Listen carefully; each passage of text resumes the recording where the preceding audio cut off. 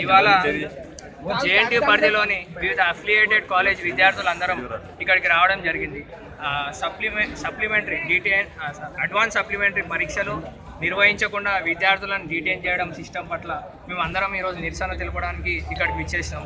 మరి article D17 నిబంధన ప్రకారం ఖచ్చితంగా కూడా సప్లిమెంటరీ పరీక్షలు అనేది నిర్వహించాల్సింది. కానీ జేఎన్టీయూ కొత్త రూల్స్ ప్రకారం సప్లిమెంటరీ నిర్వహించకుండా డైరెక్ట్ విద్యార్థులను డీటైన్ చేయడం అనేది సరైన పద్ధతి కాదని మేము అందరం విద్యార్థులను కోరుకుంటున్నాం.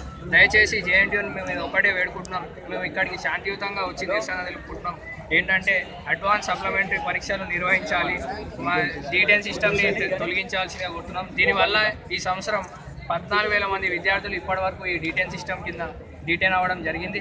14,000 మంది విద్యార్థుల భవిష్యత్తు ఏం కావాలని నేను జేఎన్టీయూని ప్రశ్నిస్తున్నాను. అంతేకాకుండా విద్యార్థులందరికీ న్యాయం జరిగే విధంగా నిర్ణయం తీసుకోవాలని జేఎన్టీయూని కోరుతున్నాను. Right, simple.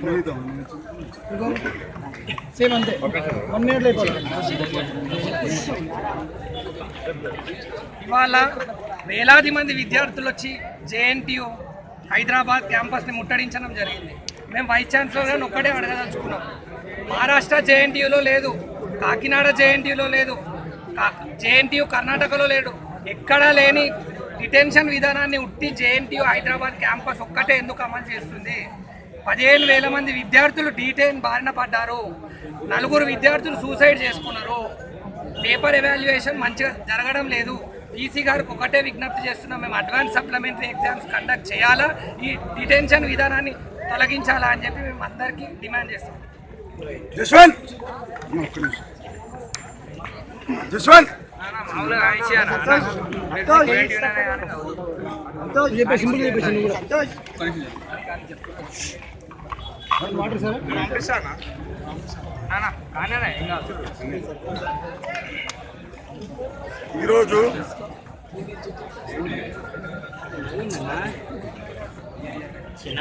ఈరోజు తెలంగాణ జిల్లా అన్ని జిల్లాల నుంచి వందలాది మంది విద్యార్థులు కడుపు మంటతోటి ఈరోజు జేఎన్టీయూ ముట్టడి చేస్తాం జరిగింది. దేనికంటే గతంలో కూడా ఇదే జేఎన్టీయూ ఎంసెట్ లీకేజ్ గురించి, విద్యార్థుల జీవితాలు క్రెడిట్స్ గురించి ఎన్నో చేస్తాం జరిగింది. ఈ సంవత్సరం బలైన విద్యార్థులు ప్రతి సంవత్సరం విద్యార్థులు ఫెయిల్ అవుతే సప్లీ అనేది పెడతారు.